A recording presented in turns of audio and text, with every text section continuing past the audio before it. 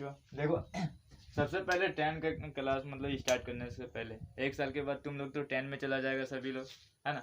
But 10 में जाने के बाद 10 में जो जो पढ़ने है उससे पहले हमको 9 अच्छे से पढ़ना पड़ेगा, क्योंकि 10 में जाने के बाद हम कोई भी मैथ बनाएंगे तो वो सब 9 से रिलेटेड आएगा। और बहुत सारे लोग होते हैं 9 को अच्छे से नहीं पढ़ते, जिसके कारण क्या होता है 10 का मैथ अच्छे से नहीं बना पाता, है ना। उसको बहुत सारी दिक्कतें आते हैं बनाने में। तो आइए सबसे पहले 9 क्लास करने से पहले हम उसका सिलेबस जान लेते हैं कि मैथ का मतलब 9 में सिलेबस क्या है। क्योंकि 9 का मैथ जो है उसमें बहुत सारे कटौती हुए हैं, तो हम लोग भी वही सारे हटा करके पढ़ेंगे, है ना, ताकि अच्छे से मतलब सिलेबस को कंप्लीट करके और फिर 10 को स्टार्ट करेंगे अगले साल। तो चलो सबसे पहले देखते हैं हमको 9 में पढ़ना क्या है, ठीक है। तो देखो अध्याय 1 में हमको पढ़ना प्रश्न वाली 1.1, 1.2, 1.3, 1.4, 1.5, 1.1 से 1.6 तक हमको पढ़ना है अध्याय 1 में, है ना। उसके बाद आता है अध्याय 2। उस अध्याय 2 में हमको पढ़ना 2.1 से 2.4 तक, है ना।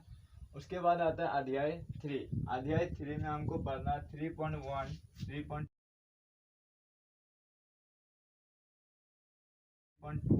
एंड 3.3।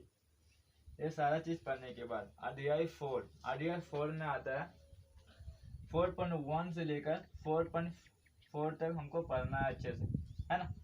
उसके बाद ये 4 लेसन कंप्लीट करने के बाद आता है अध्याय 5। अध्याय 5 में ज्यामिति। इसमें क्या पढ़ना, ज्यामिति का पहले परिचय पढ़ना।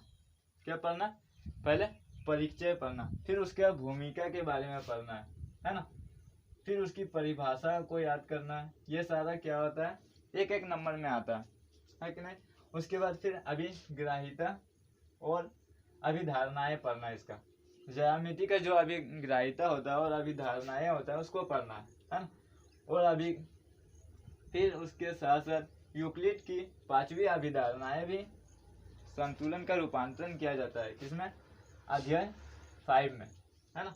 उसके साथ साथ हमारा जो मेन इम्पोर्टेंट क्वेश्चन होता है एक परमे 5.1, क्या परमे होता है जो कि 5.1, इसको भी पढ़ना होता है।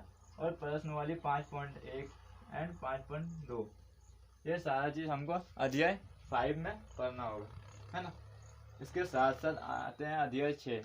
अध्याय 6 में क्या पढ़ना, रेखाएं और कोण। क्या पढ़ना, रेखाएं और कोण। उसके साथ साथ दूसरे नंबर पर पढ़ना भूमिका, आधारभूत पद और परिभाषाएं। फिर प्रतिच्छेदी रेखाएं और अप्रतिच्छेदी रेखाएं। ये सारा चीज पढ़ने के बाद अध्याय 6 में आता है कोण के युग्म समांतर रेखाएं। क्या आता है, कोण के युग्म समांतर रेखाएं और तिर्यक रेखाएं, समांतर रेखाएं और तिर्यक रेखाएं। उसके साथ साथ आता है एक ही रेखा के समांतर रेखाएं। फिर हमको अध्याय 6 में पढ़ना है 6.1 और 6.2। ये क्या है, परमेय। 6.1 और 6.2 का परमेय पढ़ना है। फिर प्रश्न वाली 6.1 और 6.2 ये हमको अध्याय 6 में देखने को मिलेगा, है ना। फिर आते हैं अध्याय 7 जिसमें क्या है, त्रिभुज। त्रिभुज में हमें क्या पढ़ना है, त्रिभुज की सर्वता। फिर त्रिभुज की सर्वता, एक त्रिभुज का कुछ गुण। ये सारा चीज हमको किस में पढ़ने को मिलेगा, अध्याय 7 में। फिर आते हैं एक त्रिभुज की कुछ गुण। फिर उसमें पढ़ना है परमेय 7.1 और 7.2, है ना। फिर आता है प्रश्न वाली 7.1 और 7.2, ये हमें अध्याय 7 में पढ़ने को मिलेंगे। फिर आता है अध्याय 8। अध्याय 8 में हमको पढ़ना चतुर्भुज। क्या पढ़ना, 7 में तो त्रिभुज पढ़ लिया, उसके बाद चतुर्भुज पढ़ना। चतुर्भुज अध्याय 8 में भूमिका पहले पढ़ना, चतुर्भुज का भूमिका।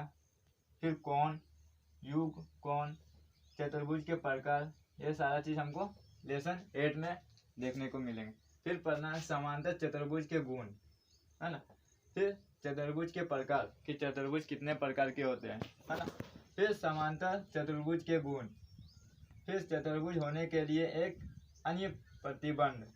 फिर परमेय 8.1 लेसन अध्याय 8 में पढ़ना है परमेय 8.1। फिर प्रश्न वाली पढ़ना 8.1 एंड 8.2। ये सारा चीज पढ़ने के बाद अध्याय 9 का जो लेसन है वो है समांतर। क्या, समांतर, इसमें हमको पढ़ना है समांतर चतुर्भुज और त्रिभुज का क्षेत्रफल। क्या पढ़ना? समांतर चतुर्भुज और त्रिभुज का क्षेत्रफल। अध्याय 7 त्रिभुज पढ़ना है, अध्याय 8 चतुर्भुज पढ़ना और अध्याय 9 इसमें समांतर चतुर्भुज और त्रिभुज का क्षेत्रफल पढ़ना। फिर पढ़ में 9.1 एंड प्रश्न वाली 9.1 और 9.2 से। फिर आता है अध्याय 10, उसमें क्या पढ़ना? वृत्त, वृत्त की भूमिकाएं। सबसे पहले क्या पढ़ना? वृत्त की भूमिकाएं। उसके बाद पढ़ में 10.1 अध्याय 10 में क्या पढ़ना है? पढ़ में 10.1 एंड प्रश्न वाली 10.1 से लेकर 10.3 तक। कितना? 10.1 से लेकर 10.3 तक। फिर पढ़ में 10.8। फिर क्या पढ़ना? पढ़ में 10.8। फिर प्रश्न वाली पढ़ना 10.4 और 10.5। प्रश्न वाली क्या पढ़ना? 10.4 से लेकर 10.5 तक। फिर पढ़ेंगे अध्याय 11 जिसमें आता है रचनाएं। क्या आता है? रचनाएं, जिसमें एक पढ़ेंगे भूमिकाएं। रचना पढ़ेंगे 11.1 से लेकर 11.6 तक। रचनाएं कहाँ से कहाँ तक पढ़ेंगे? 11.1 से लेकर 11.6 तक ये हम रचनाएं पढ़ेंगे। फिर उसी में पढ़ेंगे प्रश्न वाली 11.1 एंड 11.2। प्रश्न वाली में क्या पढ़ेंगे? अध्याय 11 में 11.1 एंड 11.2। फिर आता है अध्याय 12, उसमें पढ़ेंगे हीरोन का सूत्र। क्या पढ़ेंगे? हीरोन का सूत्र, जो कि 9th क्लास का जो मैथ चैप्टर है उसमें से सबसे इम्पोर्टेंट लेसन क्या होता है? हीरोन का सूत्र। ये सूत्र अगर आपको अच्छे से समझ में नहीं आता है तो ना ही आप 9 का कोई अच्छा सा मैथ बना पाओगे और ना ही आने वाले 10 में। सबसे ज़्यादा दिक्कत कहाँ होगा? 10 में, जो आपको मतलब मैथ को बनाने में बहुत सारा दिक्कतें आएंगे। तो हमें क्या पढ़ना है? अध्याय 12 में हीरोन का सूत्र, जिसमें हमको देखने को मिलेगा सूत्र, भूमिका, त्रिभुज का क्षेत्रफल। क्या देखने को मिलेगा? त्रिभुज का क्षेत्रफल। फिर हीरोन का सूत्र द्वारा चतुर्भुज का क्षेत्रफल। चतुर्भुज का क्षेत्रफल किसके द्वारा? हीरोन का सूत्र द्वारा चतुर्भुज का क्षेत्रफल। फिर हम देखेंगे प्रश्न वाली 12.1 एंड 12.2। क्या देखेंगे? 12.1 एंड 12.2। फिर अध्याय 13 जिसमें हमको देखने को मिलेगा पृष्ठ, क्षेत्रफल और आयतन। अध्याय 13 में क्या है? पृष्ठ, क्षेत्रफल और आयतन, जिसमें हम देखेंगे घन और घन के पृष्ठ क्षेत्रफल। क्या देखेंगे? घन और घन का पृष्ठ क्षेत्रफल। फिर देखेंगे उसी में प्रश्न वाली 13.1 से लेकर 13.8 तक। कितना से कितना?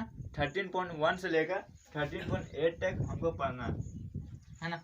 फिर आता है एक लंब वृत्त का पृष्ठ क्षेत्रफल। एक लंब, एक बेलन होता है, फिर एक लंब वृत्त का पृष्ठ क्षेत्रफल, एक लंब वृत्त शंकु का पृष्ठ क्षेत्रफल। क्या?